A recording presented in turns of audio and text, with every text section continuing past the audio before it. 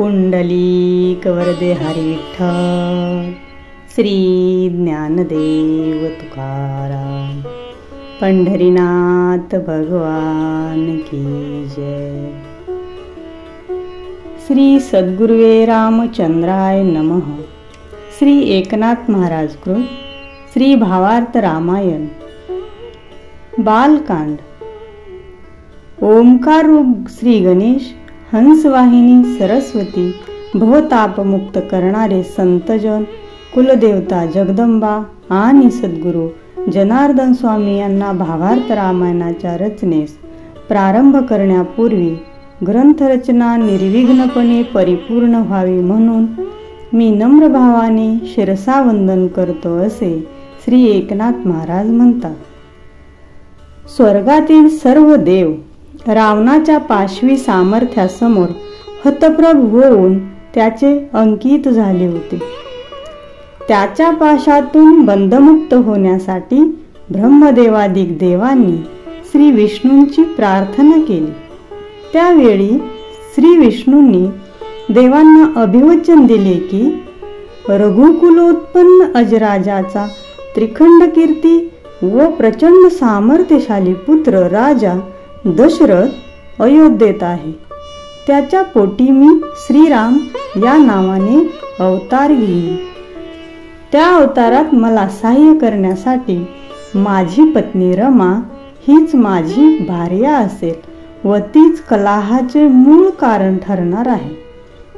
त्या अवतारात रावणाचा संहार करण्यासाठी आपण सर्व देवांनी मला सहाय्य करण्यासाठी म्हणून भूतलावर वानराच्या भूमिकेत अवतीर्ण व्हावे. अवतार घेण्यास योग्य अशा सूर्यवंशात मी अवतीर्ण होऊन देवांची संकटे, संत सज्जनांची दुःखे नष्ट करून सर्वत्र स्वधर्माची वाढ वाढत्या श्रेणीने करी. याबद्दल आपण अगदी निश्चिंत असावे. राजा दशरथाला समुद्रवलयांकित पृथ्वीचे साम्राज्य मिळाले होते. 3 चतुर राण्या होत्या. कोणत्याही सुख साधनात कसलीच कमतरता नव्हती.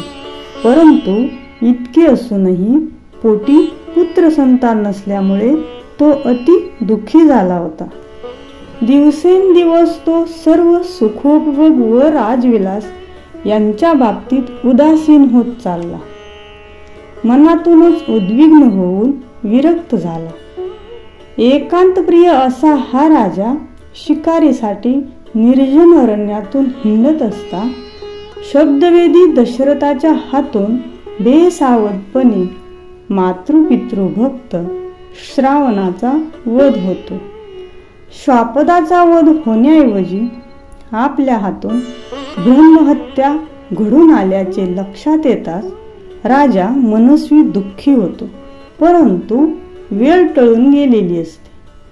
श्रावणाच्या अंध व तृषार्त मातापित्यांना आपल्या पुत्र निधनाची वार्ता समजतात.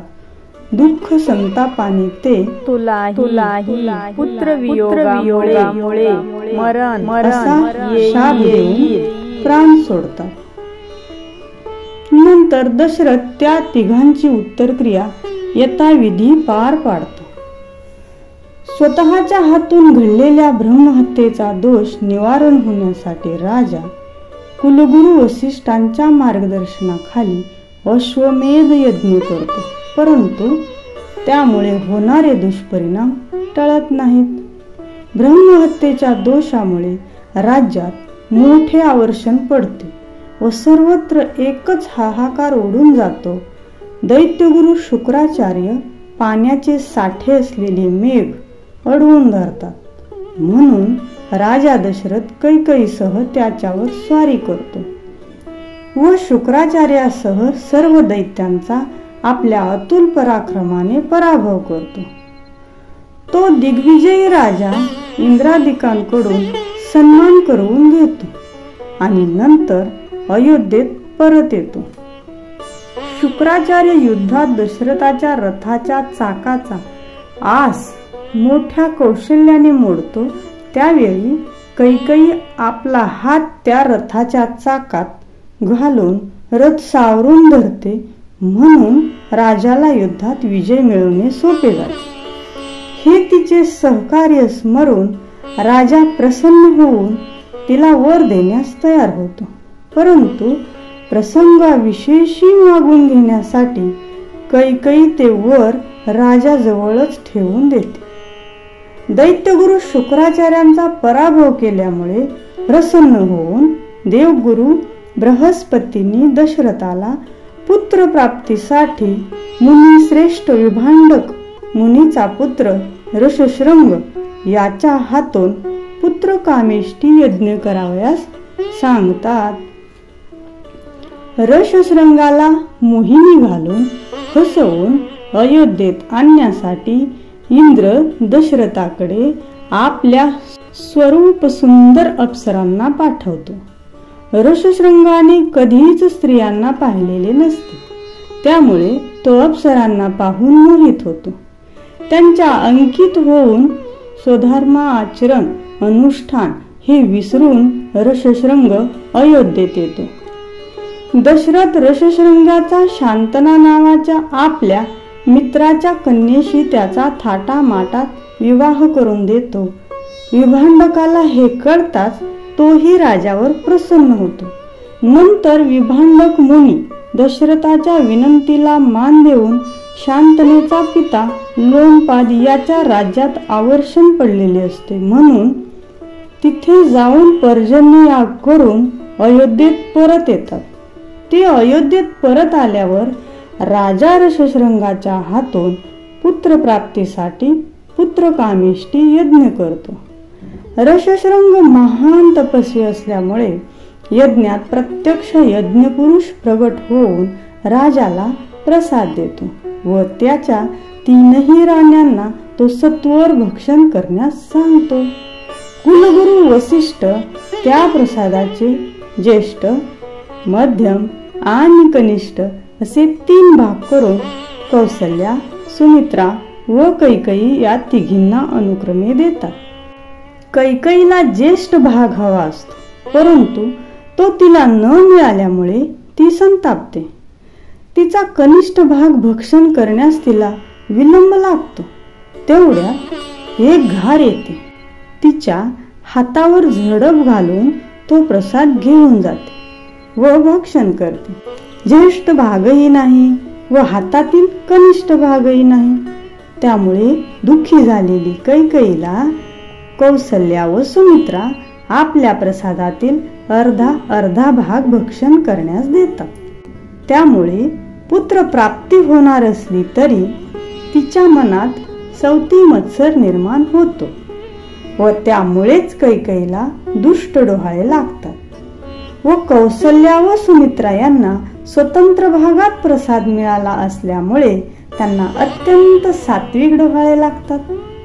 प्रत्यक्ष विष्णूच कौसल्याच्या उदरी गर्भात रामरूपाने अवतीर्ण झालेले असल्यामुळे कौसल्या रामरूपच होते. दुष्ट प्रवृत्तीचा रावण, कुंभकर्ण व त्याचे सहकारी राक्षस आणि त्यांचे निवासस्थान असलेली लंका नष्ट करण्याचे डोहाळे कौसल्याला लागतात. राम गर्भात असल्यामुळे कौसल्या विदेहावस्थेत विहरत असल्यामुळे ती जे बडबडते त्यामुळे राजा दशरथ काळजीत पडतो. परंतु कुलगुरु वसिष्ठ तिची अवस्था जाणून राजाला धीर देतात. नंतर प्रसूती काळ झाल्यानंतर चैत्र शुद्ध नवमीला मध्यान्ह काळी सर्व ग्रह उच्च स्थानी असतात. अजन्मा असलेले श्रीराम कौसल्येसमोर प्रकट झाले. त्यामुळे प्रसूती काळी होणाऱ्या वेदना कौसल्याला झाल्या नाहीत. चंद्र सूर्याचे तेज निष्प्रभ ठरेल अशी अत्यंत तेज पुंज रमणीय चतुर्भुज मूर्ती प्रकट झाली. म्हणून कौसल्याच्या विनंतीला मान देऊन श्रीराम बाल रूपात तिच्या समोर साकार झाले. श्रीरामांचा जन्म झाल्यामुळे जन्मोत्सव साजरा करण्यासाठी मोठमोठे ऋषी, संन्यासी, योगी व संत सज्जनांची एकच गर्दी अयोध्येच्या परिसरात उसळली. श्रीराम जन्मामुळे स्वधर्माची वाढ वाढत्या श्रेणीने होऊन सर्वत्र सुख समृद्धी होणार म्हणून सर्व त्रैलोक्यात आनंदी आनंद साजरा होऊ लागला.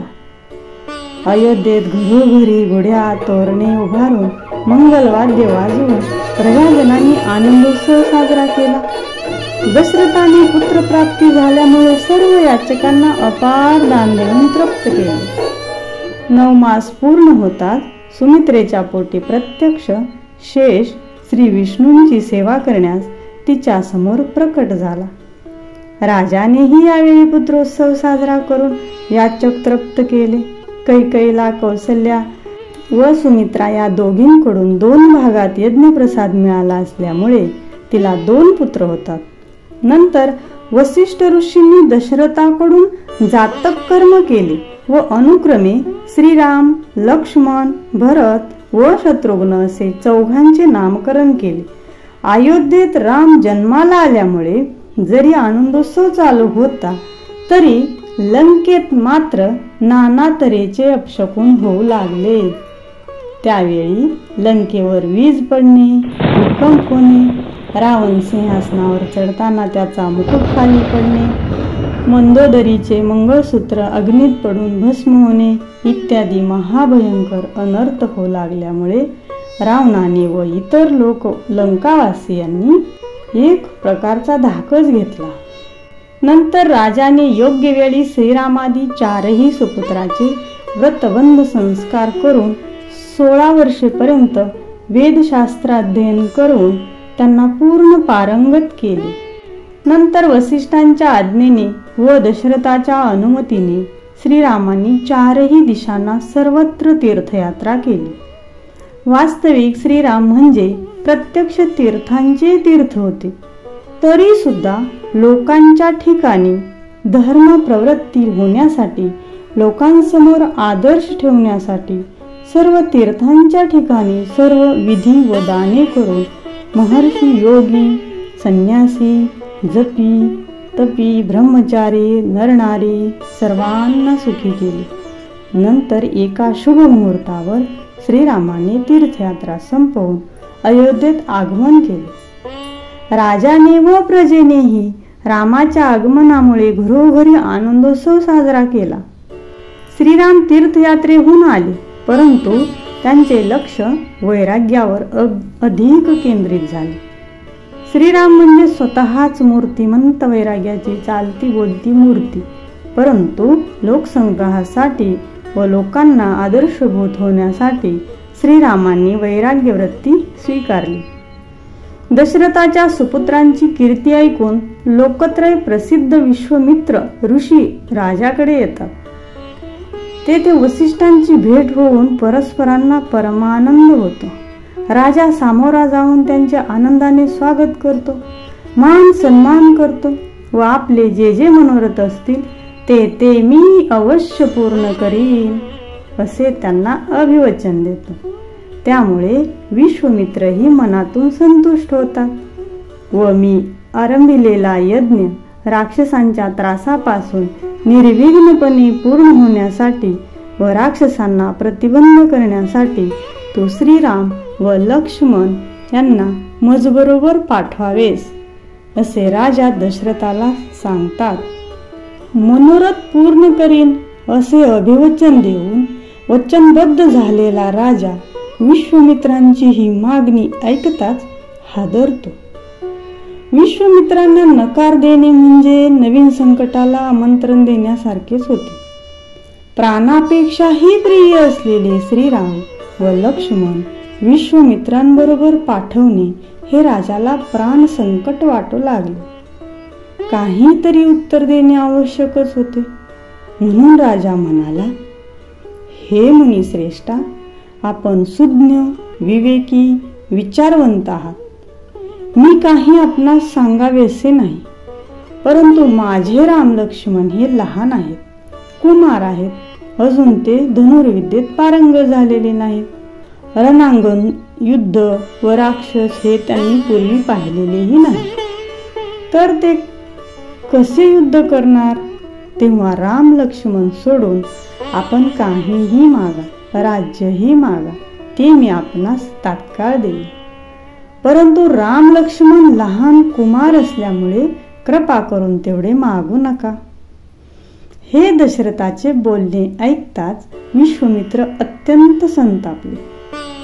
दिलेले वचन राजा पूर्ण करीत नाही हे पाहताच त्यांनी त्याला सूर्यवंशातील धर्मपरायण व सत्यवचनी राजाची नामावली ऐकून वचनपूर्तीसाठी प्रसंगी प्राण देणाऱ्या हरिश्चंद्र, शिबी, मुचकुंद, रुक्मांगद यासारख्या सूर्यवंशाला भूषणभूत ठरलेल्या राजांच्या वंशाला तुझ्यामुळे दूषण लागत आहे व सूर्यवंशाच्या कीर्तीला तू काळीमा लावित आहेस याची विश्वामित्रांनी राजाला परखड शब्दात समज दिली.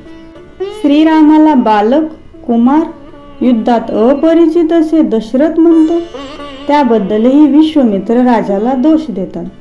श्रीरामांची योग्यता वसिष्ठच तुला सांगतील असे सांगून विश्वामित्र परत जाण्यासाठी निघतात.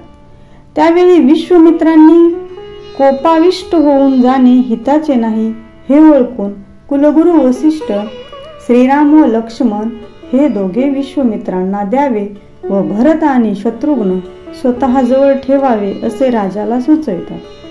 त्याप्रमाणे राजा विश्वामित्रांना श्रीराम व लक्ष्मण हे दोघे देतात. त्यामुळे विश्वामित्रांना आनंद होतो व ते वसिष्ठ व दशरथ यांच्यावर प्रसन्न होऊन श्रीराम व लक्ष्मण यांना बरोबर घेऊन आपल्या आश्रमाकडे प्रयाण करण्यासाठी निघतात. विश्वामित्रांना श्रीराम म्हणाले, महाराज, माझे काही प्रश्न आहेत. ते ऐकून आपण माझे शंका निरसन करावे अशी आपल्या चरणाजवळ नम्र प्रार्थना आहे. आपणच योग्य असे अधिकारी आहात.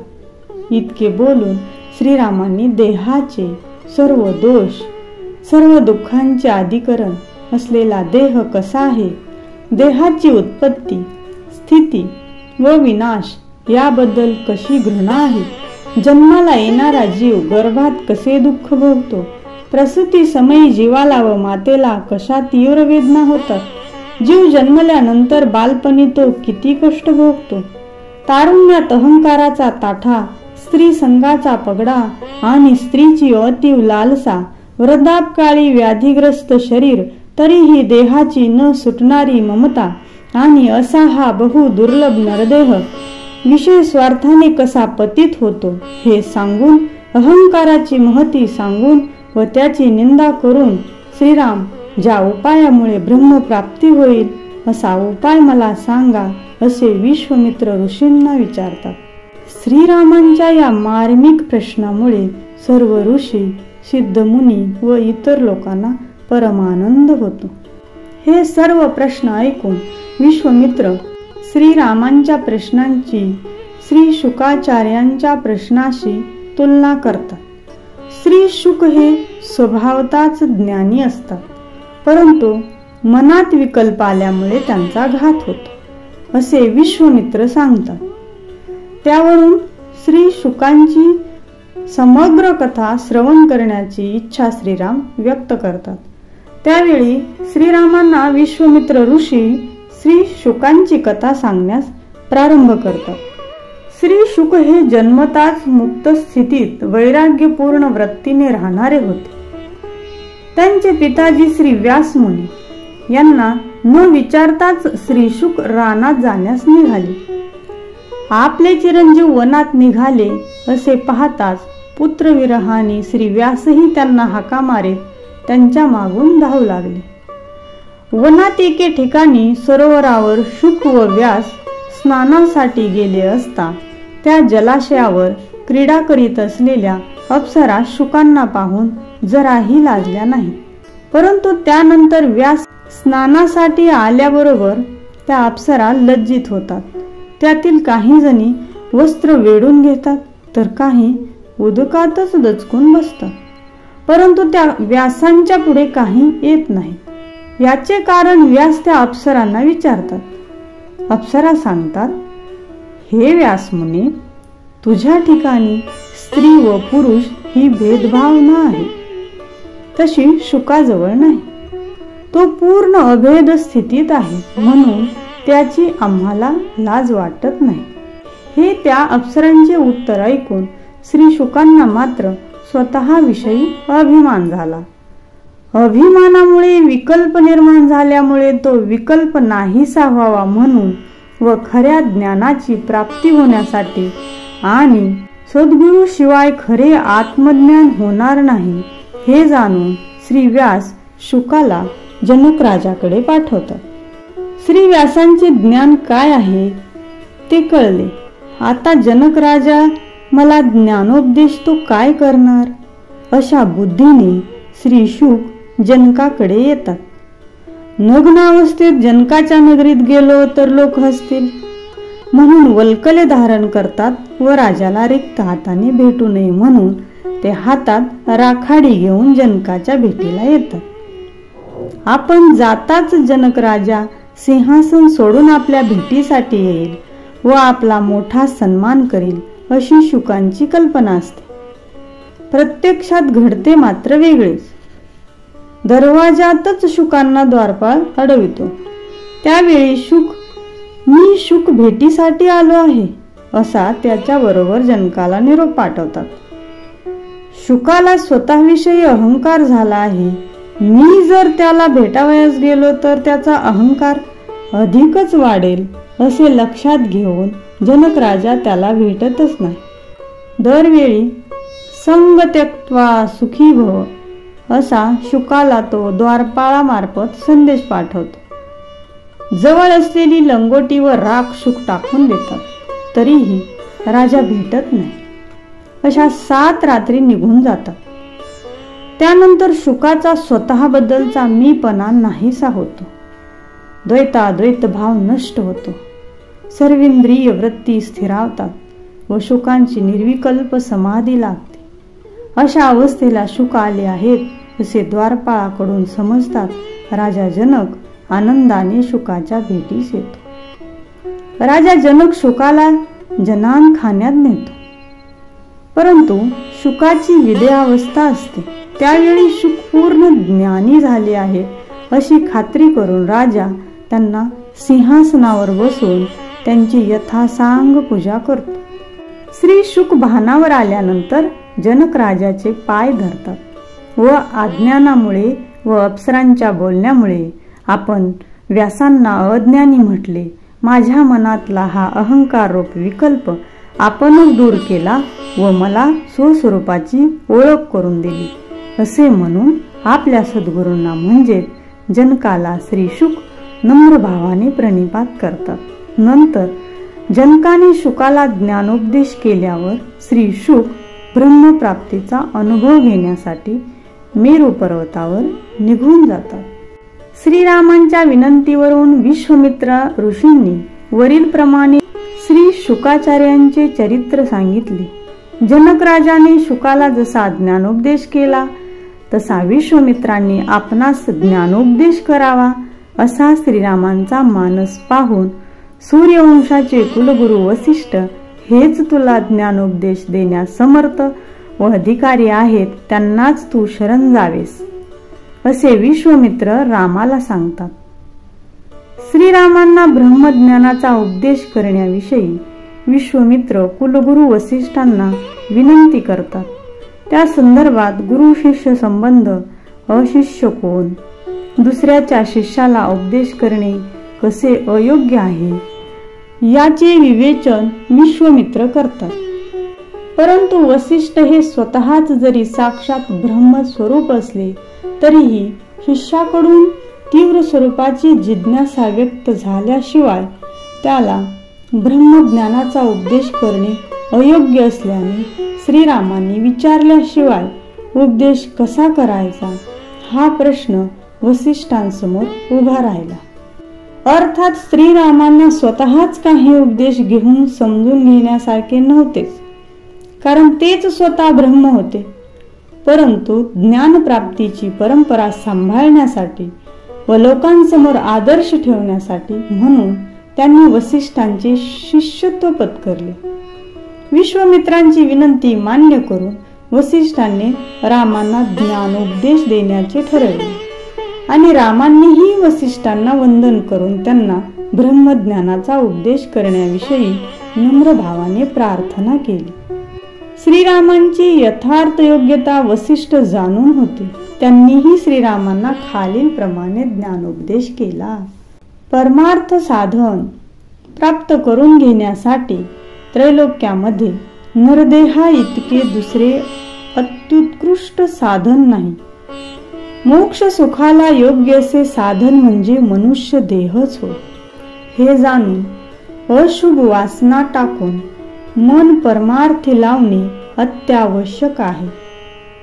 त्यासाठी प्रथम मनोजय करून चित्ताला सातत्याने आत्मानुसंधानी लावावे लागते व एकदा का वासनेवर नियम आले की मनोजय होऊ लागून चित्त स्थिर होते.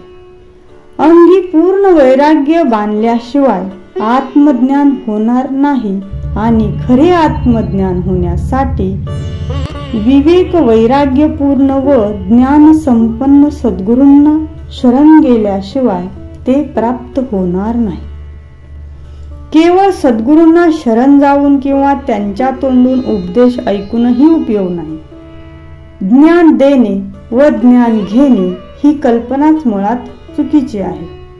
ज्या शिष्याजवळ चित्ताची सावधानता असून ज्याचे चित्त विशुद्ध झाले आहे अशा व श्रेष्ठ कनिष्ठपणा आणि स्वार्थ हा ज्याने सोडला आहे अशा शिष्योत्तमालाच सद्गुरूकडून खऱ्या ज्ञानाची प्राप्ती होते. जेथे गुरु शिष्यांची एकरूपता आहे तेथेच खरे ज्ञान आहे. अशा तऱ्हेने गुरुवाक्याशी तादात्म्य पावल्यावर व सत्संग घडल्यावर विदेह स्थितीचा अनुभव येतो. दृश्य द्रष्टा व दर्शन ही त्रिपुटी व पंचविध विषय शब्द स्पर्श रूप रस व गंध यांच्या त्यागाची आवड या संबंधी वसिष्ठ विवेचन करतात. त्यानंतर विशोकावस्था लाभून ब्रह्मज्ञान नेमके कसे होईल असा प्रश्न श्रीराम विचारतात. त्यावर वसिष्ठ ब्रह्मस्थितीचे सांगोपांग विवेचन करतात. ते ऐकूनच श्रीरामांची मी तू पण विरहित अशी ब्रह्मस्थिती होते. श्रीराम स्वस्वरूपीत तल्लीन होतात. श्रीरामांची समाधी उतरविण्याबद्दल व त्यांना लौकिक दृष्टीने व्यवहारात आणण्याविषयी विश्वामित्र वसिष्ठांना प्रार्थना करतात. आपण माझा यज्ञ निर्विघ्नपणे पूर्ण होण्यासाठी दशरथाला विनंती करून मला राम व लक्ष्मण दिलेत आणि जर श्रीराम अशा समाधी अवस्थेत राहिले तर यज्ञ निर्विघ्न कसा होईल व श्री वाल्मिकींनी केलेले भविष्य खरे कसे होईल असा प्रश्न विश्वामित्र वसिष्ठांना करतात. त्यावेळी वसिष्ठ श्रीरामांचे प्रबोधन करण्याचा प्रयत्न करतात. अनेक दृष्टांतांनी पटवून देतात परंतु श्रीरामांना स्फुरण होईना. त्यावेळी वसिष्ठ श्रीरामांच्या सुषुम्ना नाडीत प्रवेश करून त्यांचे प्रबोधन करतात. तेव्हा श्रीराम दृष्टी उघडून सभोवार पाहतात. त्यामुळे विश्वामित्र व इतर सर्व ऋषीमुनींना व लोकांनाही फार आनंद होतो. श्रीराम म्हणतात, मी विधी निषेधातीत झालो आहे. क्रिया कर्म व कर्तव्यता शिल्लकच राहिलेली नाही. तरीही माझ्या सद्गुरूंची आज्ञा मी कधीही उल्लंघन करणार नाही. यावेळी श्रीराम सद्गुरु महिमा स्वमुखाने सांगतात व वसिष्ठांना नम्र भावाने प्रणिपात करतात.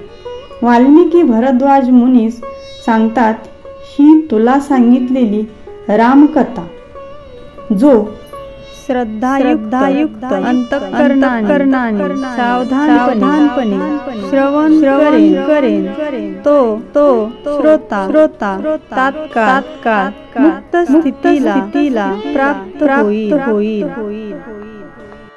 श्रीराम सावध झाल्यावर वसिष्ठांनी योग्य शुभ मुहूर्ती पुण्य वाचन वगैरे धार्मिक विधी केले व श्रीराम व लक्ष्मण यांना विश्वामित्रांच्या हवाली केले.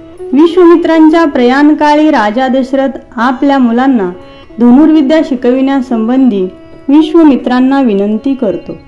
वसिष्ठही तेच सुचवितात आणि विश्वामित्रांच्याही मनात श्रीराम लक्ष्मणांना धनुर्विद्या शिकविण्याचे होतेच, त्यामुळे त्यांनाही आनंद होतो.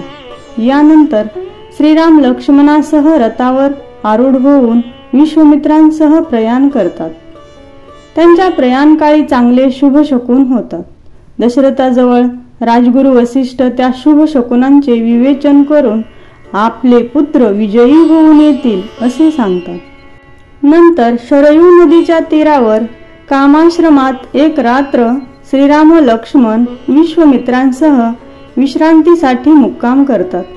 सकाळी नित्यस्नान संध्या जप जाप्य झाल्यावर विश्वामित्र अत्यंत प्रभावी असा सिद्धमंत्र दोघांना देतात.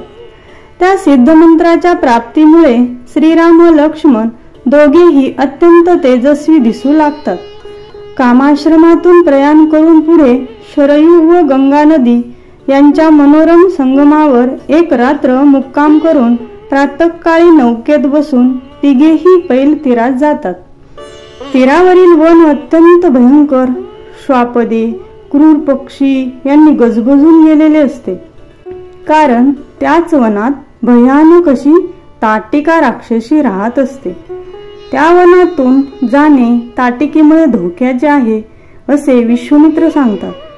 श्रीरामाच्या प्रश्नावरून ताटिकेचा जन्मवृत्तांत, सुंदोपसुंद तिलोत्तमेचा वृत्तांत, ताटिकेला राक्षसपण का आले, या सर्व गोष्टी सविस्तरपणे विश्वामित्र श्रीरामाला सांगतात. अगस्तीच्या शापामुळे प्रचंड स्वरूप प्राप्त झालेली ताटिका ही राक्षसी असल्यामुळे तिच्या मार्गातून जाणे धोक्याचे आहे असे विश्वामित्राकडून ऐकताच श्रीरामांनी तिचा वध करण्याचा निश्चय केला व विश्वामित्रांच्या अनुज्ञेने आणि त्यांना वंदन करून एकाच तीक्ष्ण बाणाने श्रीरामांनी ताटिकेचा वध केला. ताटिकेचा वध होताच ऋषी मुनींना व देवांनाही अत्यंत आनंद होतो व देव स्वर्गातून श्रीरामांवर पुष्पवृष्टी करून नाना तऱ्हेची वाद्य वाजवून आपला आनंद व्यक्त करतात.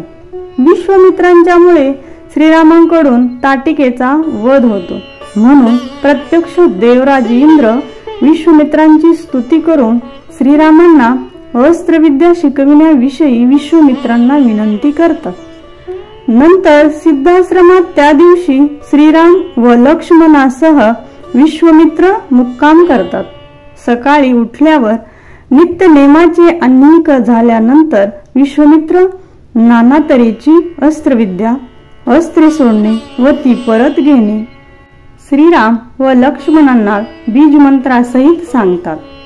अग्न्यास्त्र, पर्जन्यास्त्र, मायास्त्र, मोहनास्त्र, ब्रह्मास्त्र अशा तऱ्हेची अनेक अस्त्रे, वायुचक्र, विष्णुचक्र, शूळ, त्रिशूळ, महाशूळ, गदा, खड्ग व शक्ती इत्यादी अनेक शस्त्रांचे ज्ञान देऊन विश्वामित्र त्यांना मल्लविद्याही शिकवितात. विश्वामित्रांसारख्या महान तपस्वी व अधिकारी ऋषीने मंत्रविद्या दिल्यानंतर मंत्रदेवता स्वतःहून श्रीरामांना वंदन करण्यास आल्या. सर्व शास्त्रास्त्रे रामाची सेवक झाली. मंत्र देवतांनी श्रीरामांच्या सेवेची घोषणा केली. अशा रीतीने श्रीराम सकल विद्या संपन्न झाल्यामुळे विश्वामित्रांना मनापासून फार आनंद झाला. यानंतर पुढे रथातून मार्गक्रमण करीत असता श्रीराम विश्वामित्रांच्या आश्रमात येऊन दाखल झाले. त्यामुळे त्या आश्रमातील सर्व ऋषींना अत्यंत आनंद झाला. विश्वामित्रांनीही पुनश्च विधियुक्त अग्निप्रतिष्ठा केली आणि यज्ञास प्रारंभ केला. यज्ञ सुरू केल्यापासून 6व्या दिवशी राक्षस यज्ञमंडपात येऊन यज्ञाचा विध्वंस करीत असत. म्हणून राम धनुष्यबाण सज्ज ठेवून यज्ञ मंडपातील दारातच सावधान चित्ताने पहारा करीत राहिले. त्यामुळे यावेळी राक्षसांना नेहमीप्रमाणे यज्ञात धुमाकूळ घालून विध्वंस करिता येईना. रात्री व दिवसा डोळ्यात तेल घालून श्रीराम जागरूक असल्यामुळे राक्षसांचे काही चालेना. परंतु रामांनी ताटिकेचा वध केलेला असल्यामुळे त्याचा सूड घेण्यासाठी सुबाहू राक्षस श्रीरामांवर अकरा स्वरूपात धावून आला. सुबाहूच्या त्या भयंकर भयकंपित करणाऱ्या भेसूर स्वरूपास पाहून आश्रमातील अनेकांची अक्षरशः बोबडीच वळली. काही जण तर बेशुद्धच पडले. परंतु श्रीराम मात्र जराही घाबरले नाहीत. रामांनी आपल्या सामर्थ्यशाली बाणांनी अनेक राक्षसांचा संहार केला व शेवटी सुबाहूचा अमोघ अस्त्राने वध केला व मारीचाला शतयोजने दूर उडवून लावले. या संग्रामात आश्रमाच्या परिसरात हजारो राक्षसांच्या प्रेतांचा खच पडला होता. ती प्रेते कशी दूर करावी अशी आश्रमातील शिष्यमंडळींना चिंता पडली होती. परंतु साक्षात भद्रकाली जगदंबा स्वतःच आपल्या भूतगणासह श्रीरामांचे कौतुक करण्यास आल्यामुळे सर्व भूतांनी आश्रमाच्या परिसरातील प्रेतांची तात्काळ विल्हेवाट लावली. रामांनी स्वपराक्रमाने राक्षसांचा संहार करून यज्ञातील विघ्न दूर करून विजय संपादन केल्यामुळे विश्वामित्रांनी रामांना प्रेमालिंगन दिले. सर्वांनाच आनंद झाला.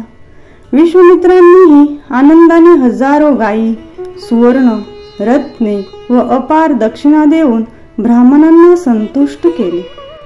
एकदा विश्वामित्रांच्या आश्रमात सभेमध्ये श्रीरामांसह सर्व ऋषी मंडळी बसली असता जनकाचे दूत सीता स्वयंवराचे निमंत्रण घेऊन येतात. विश्वामित्रांनी स्वयंवरासाठी श्रीराम व लक्ष्मण यांना बरोबर घेऊन यावे असे ते निमंत्रण असते. श्रीरामही विश्वामित्रांच्या सांगण्यावरून निमंत्रण स्वीकारतात. विश्वामित्र श्रीराम व लक्ष्मणासह जनक राजाच्या मिथिला नगरीकडे रथातून जात असताना मार्गात एक ओसाड व उजाड झालेला आश्रम श्रीरामांना दिसतो. तो ओसाड दिसणारा आश्रम कोणाचा अशी पृच्छा श्रीराम करतात. त्यावरून अहिल्याला इंद्राने फसविल्यामुळे तिचे पती गौतम ऋषी यांनी तिला शिळा होऊन पडशील असा शाप दिला असे विश्वामित्र सांगतात. शाप दग्ध झालेल्या अहिल्याने गौतमाजवळ शापमोचनाची म्हणजे हुश शापाची प्रार्थना केल्यावरून तिची करुणा येऊन गौतमांनी तिला जेव्हा श्रीरामांचे चरण तुला स्पर्श करतील तेव्हाच तुझा उद्धार होईल, तोपर्यंत तू शिळा होशील व हा आश्रम व परिसरातील सर्व भाग निर्जन व ओसाड होऊन पडेल असे सांगितले. यावेळी अहिल्याचा जन्मवृत्तांत श्रीराम विश्वामित्रांना विचारतात.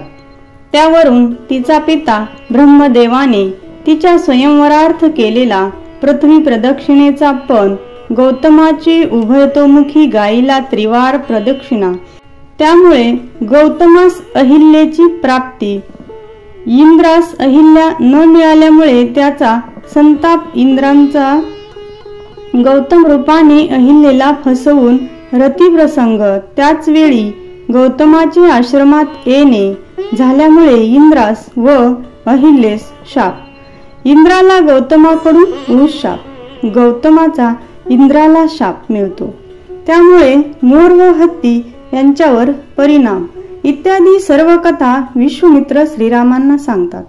विश्वामित्रांच्या सूचनेवरून त्या आश्रमात फिरत असता तेथील शिळेला अकस्मात श्रीराम चरण लागून अहिल्याचा उद्धार होतो. अहिल्याने श्रीरामांची मुक्त कंठाने स्तुती केली. नंतर गौतम ऋषी तेथे येऊन त्यांनीही मनोभावे श्रीरामांना वंदन केले व गौतम अहिल्याचे पुनर्मिलन झाले. अहिल्योद्धार करून श्रीराम लक्ष्मण विश्वामित्रांसह मिथिला नगरीकडे गेले. विश्वामित्रांचे आगमन झाले आहे असे कळताच जनकाने सामोरे जाऊन विश्वामित्रांना भावपूर्ण अंतःकरणाने वंदन करून त्यांचा अपूर्व सत्कार केला. नंतर आपला यज्ञ राक्षसांच्या त्रासापासून निर्विघ्नपणे पूर्ण होण्यासाठी आपण राजा दशरथाकडून श्रीराम व लक्ष्मण यांना आणले. श्रीरामांनी सुबाहूचा व त्यांच्या सहकारी असते क्रूर व भयंकर राक्षसांचा संहार केला व मारीचाला बाणाच्या पिसाऱ्याने अनेक योजने दूर उडवून माझा यज्ञ यथासांग पूर्ण केला. तुझ्या कन्येच्या स्वयंवरासाठी ठेवलेले शिवधनुष्य पाहण्यासाठी श्रीरामांना मी माझ्याबरोबर येथे आणले आहे, असे विश्वामित्र जनक राजाला सांगतात.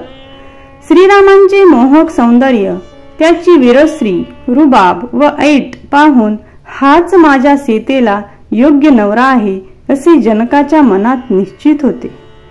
त्यावेळी जनक राजाचा पुरोहित अहल्येचा मुलगा शतानंद सीतेचा जन्म वृत्तांत सविस्तरपणे विश्वामित्रांना सांगतो.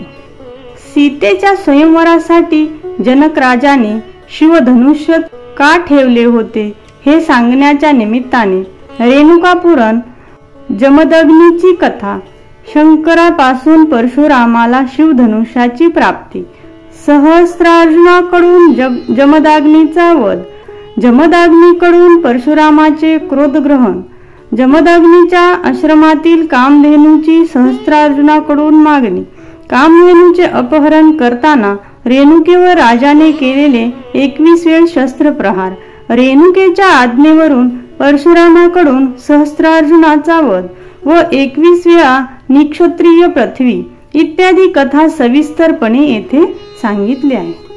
सर्व पृथ्वीवरील क्षत्रियांचा 21 वेळा संहार केल्यानंतर परशुराम मिथिला नगरीत येतो. मिथिलेचा राजा जनक हा विदेही असून मोठा धर्मात्मा असल्याचे अनेक ऋषींकडून परशुरामाला कळते. परशुरामाचा भव्य सत्कार करून जनक राजा त्याला आपल्या येथे ठेवून घेतो. परशुरामाने जनकाकडे मुक्काम केला असताना जेथे शिवधनुष्य ठेवलेले असते तेथून ते घेऊन कुमारी सीता त्याच्यावर बसून घोडा करीत ती राजप्रसादात खेळत असते ते पाहून परशुराम अत्यंत आश्चर्यचकित होतो. सीता ही अयोनिजा असून प्रत्यक्ष जगदंबा आदिशक्ती लक्ष्मीच असते हे परशुराम ओळखतो. जो पराक्रमी वीर या शिवधनुष्याला एका हाताने उभे करून त्यावर दोरी लावेल त्यालाच ही सीता द्यावी असे परशुराम जनकाला सांगून आपले प्रचंड व सामर्थ्यशाली शिवधनुष्य जनकाकडे ठेवतो. सीतेच्या स्वयंवरासाठी मिथिला नगरीत तपस्वी ऋषीश्वर, चक्रवर्ती सम्राट, दानशूर, कीर्तिशाली आणि महाबलाढ्य असे अनेक देशीचे नामांकित राजे महाराजे उपस्थित झाले होते. सिद्धचारण, किन्नर व गंधर्वही उपस्थित होते. त्यांच्या समोर स्वयंवरासाठी ठेवलेले शिवधनुष्य जनक राजा आणवणार होता, परंतु अनेक ऋषींच्या विनंतीला मान देऊन तो स्वयंवर मंडपात प्रथम सौंदर्यवती सीतेला सालंकृत हत्तीवरून आणतो.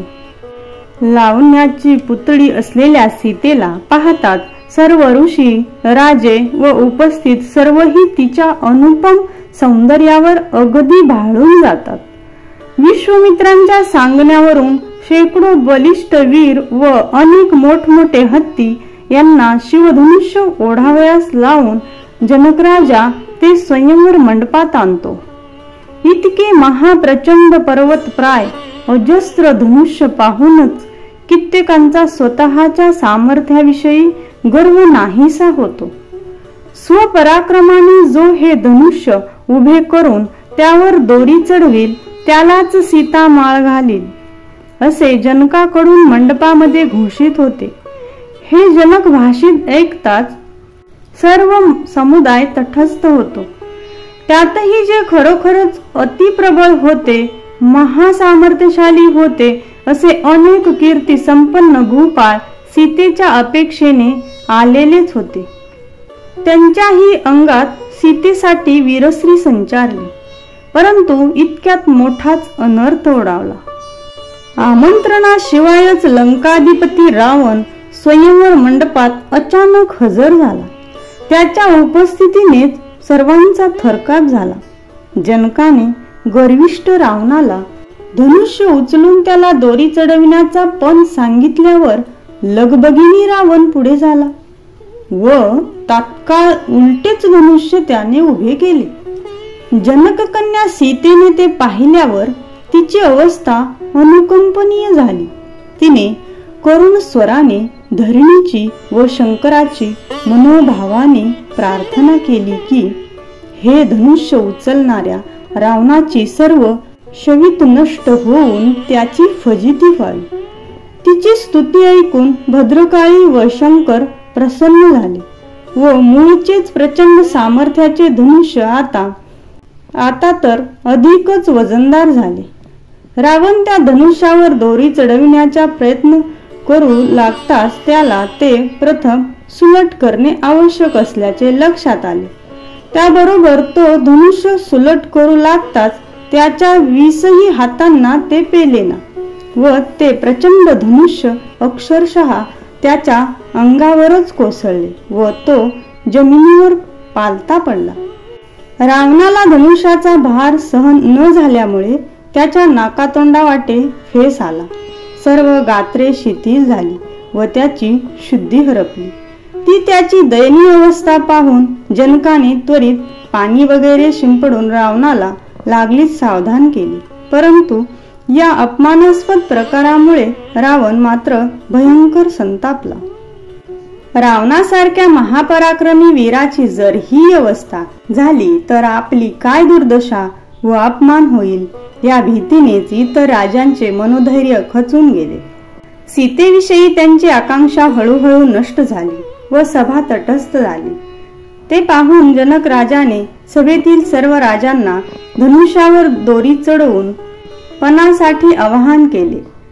हे भूमंडळ निर्वीर्य झाले की काय असाही जनक राजा सवाल करतो. ते ऐकताच विश्वामित्रांच्या अनुज्ञेने श्रीराम तात्काळ धनुष्य सज्ज करण्यासाठी उभे राहतात.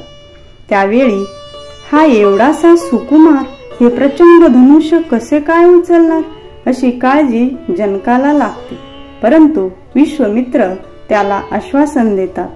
श्रीरामांनी सभेतील सर्व मुनिश्रेष्ठांना विनम्र भावाने अभिवादन केले आणि ते प्रचंड धनुष्य केवळ एका हातानेच उचलून त्यावर सहज लीलया दोरीही चढविली. नंतर ती दोरी आकर्ण ओढताच प्रचंड ध्वनी होऊन ते मध्येच दुभंगून पडले. नंतर मंगल वाद्यांच्या गजरात सीतेने रामांच्या गळ्यात माळ घातली. जनकाच्या मनातून श्रीराम सीतेचा विधियुक्त लग्न सोहळा करावयाचा होता. त्यासाठी श्रीरामांचे वडील दशरथ व मातुश्री कौसल्या आणि कुलगुरू वसिष्ठ अयोध्येहून मिथिलेला येणे अत्यावश्यक होते. जनकाच्या विनंतीवरून विश्वामित्र वसिष्ठ ऋषींना व राजा दशरथाला जनकाच्या प्रधानाबरोबर स्वहस्ते लिहून आमंत्रण पाठवतात. आपल्याच पुत्राच्या विवाहाचे प्रधानामार्फत मिळालेले ते निमंत्रण पाहून दशरथास व सर्व प्रजाजनास आनंद होतो. श्रीरामांच्या पराक्रमाची व शिवधनुष्य भंगाची पराक्रमशाली गाथा ऐकून सूर्यवंशाचे कुलगुरू वसिष्ठ संतुष्ट होतात. लग्नास येतेवेळी श्रीराम लक्ष्मणाच्या कौसल्या व सुमित्रा मातुश्रींना व भरत शत्रुघ्न यासह व इतरही सर्व ऋषीमुनीसह मिथिलेस यावे असे जनकाचे आमंत्रण असल्यामुळे राजा दशरथ वसिष्ठ मार्कंडेय जबाली इत्यादी मोठमोठे ऋषीश्रेष्ठ व इतरही सर्व परिवार बरोबर घेऊन मिथिलेला समारंभाने येतो. जनक राजा आनंदाने दशरथाला सामोरा जाऊन वसिष्ठांना लोटांगण घालून नगरीत सन्मानाने घेऊन येतो. दशरथाबरोबर भरत शत्रुघ्न असतात. तेही हुबेहूब श्रीराम लक्ष्मणासारखेच दिसतात. त्यामुळे जनक राजा व मिथिलेचे प्रजाजन विस्मयचकित होतात. त्यावेळी भरत शत्रुघ्न हे श्रीराम लक्ष्मणांचे बंधू असल्याचे वसिष्ठ ऋषी सांगतात. जनक दशरथाच्या 4ही पुत्रांच्या विवाहाची सूचना करतो व आपला धाकटा बंधू कुशध्वज याला त्याच्या 2 मुलीसह पाचारण करतो.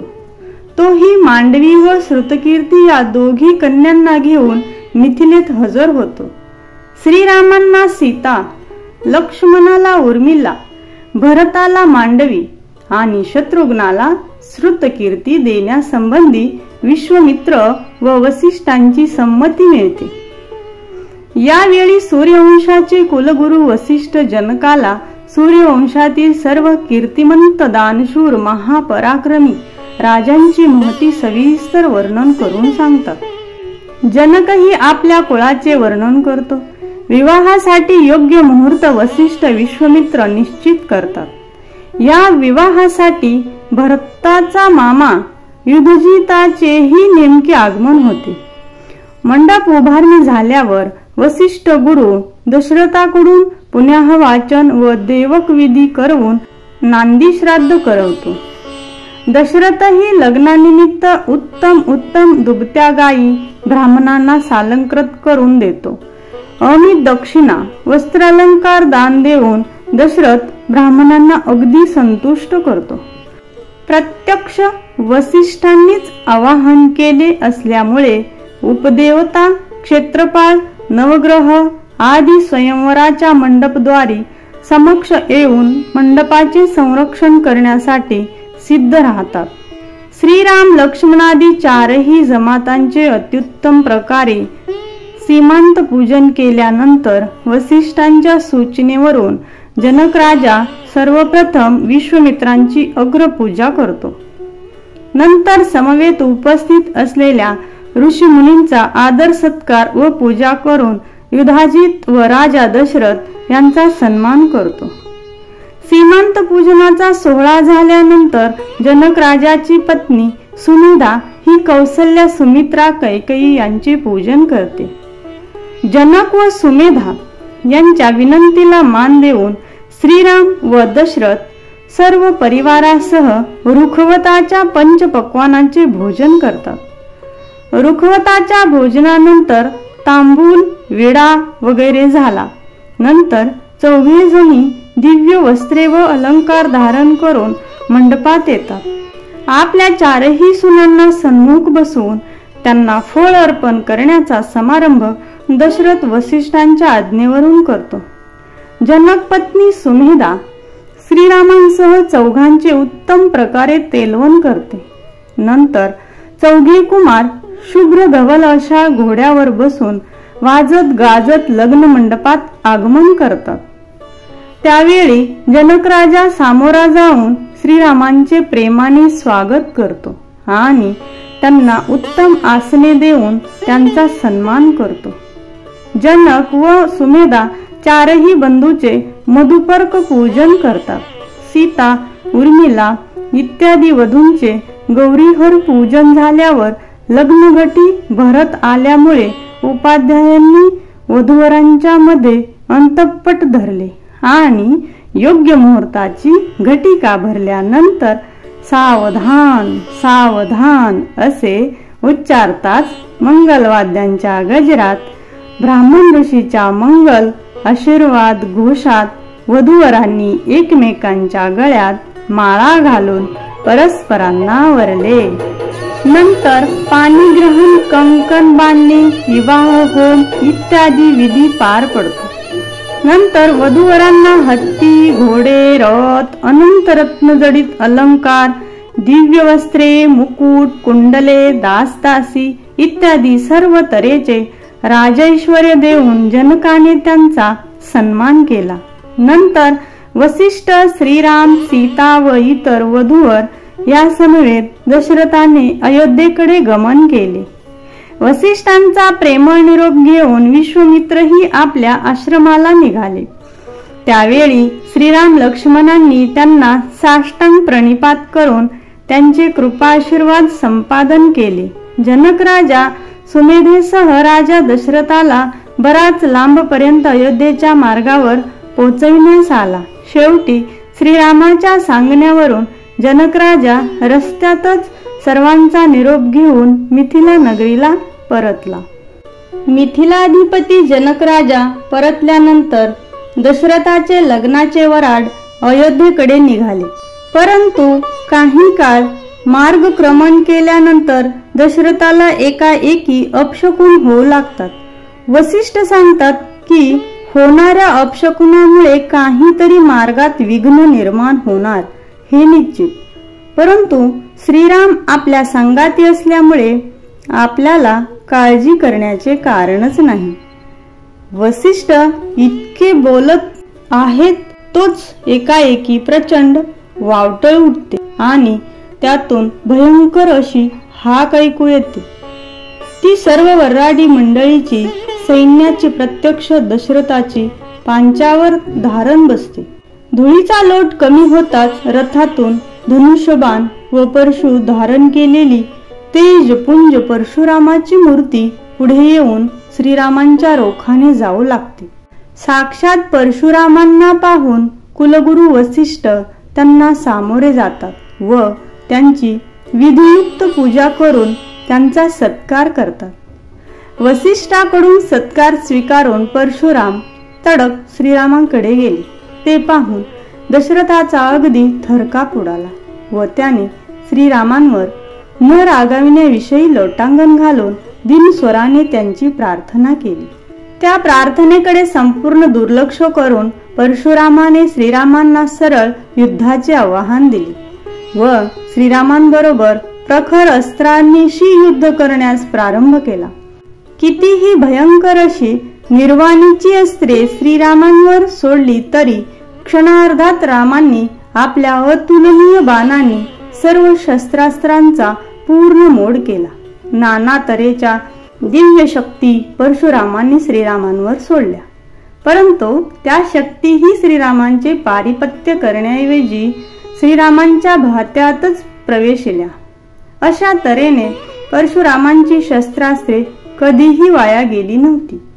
परंतु श्रीरामांचे हे अलौकिक सामर्थ्य पाहून व आपण केलेले सर्व प्रहार निष्फळ ठरलेले पाहून मनोमानसी परशुराम अगदी उद्विग्न झाले. तरीही दुसऱ्याच्या अस्त्रांचे तू निवारण केलेस, परंतु तुला स्वतंत्रपणे अस्त्रे सोडता येत नाहीत असे श्रीरामांना परशुरामांनी म्हणतात. श्रीरामांनी गायी व ब्राह्मणच हे आम्हास अवध्य आहेत, म्हणून मी माझी स्वतंत्र अस्त्रे सोडित नाही असे त्यांना निक्षून सांगितले. शेवटी माझ्या हातातील विष्णुचाप जर तू सज्ज करू शकलास तर तू मला खरे जिंकलेस असे म्हणून परशुरामांनी श्रीरामांना आपल्या जवळचे प्रचंड विष्णू धनुष्य दिले.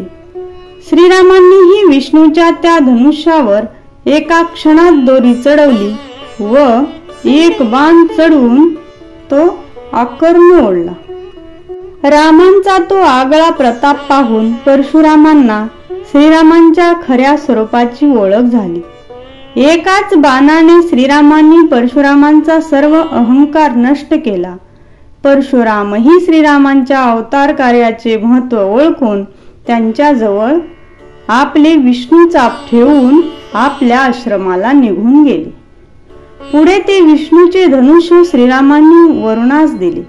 श्रीरामांनी परशुरामांवर असा हा अलौकिक विजय मिळवलेला पाहून देवादिकांना व ऋषीमुनींना अपार आनंद होतो व ते सर्वजण श्रीरामांचा जय जयकार करतात.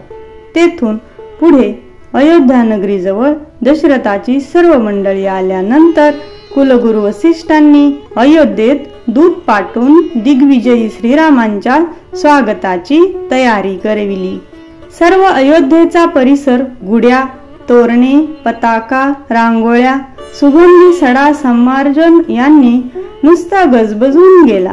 मंगल वाद्यांच्या मंगल निनादात व प्रजाजनांच्या जय जयकारात वसिष्ठांचा हात धरून चारही भावंडांनी राजमंदिरात प्रवेश केला.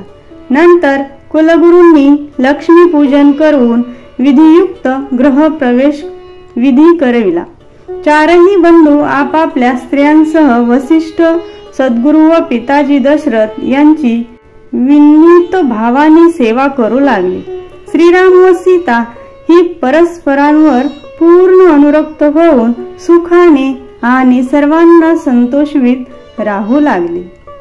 श्री एकनाथ महाराज कृत भावार्थ रामायणातील बालकांडाची ही रामकथा संपूर्ण झाली. बेल आयकॉनवरती क्लिक करा आणि भक्ती आनंद चॅनलला सबस्क्राईब करा.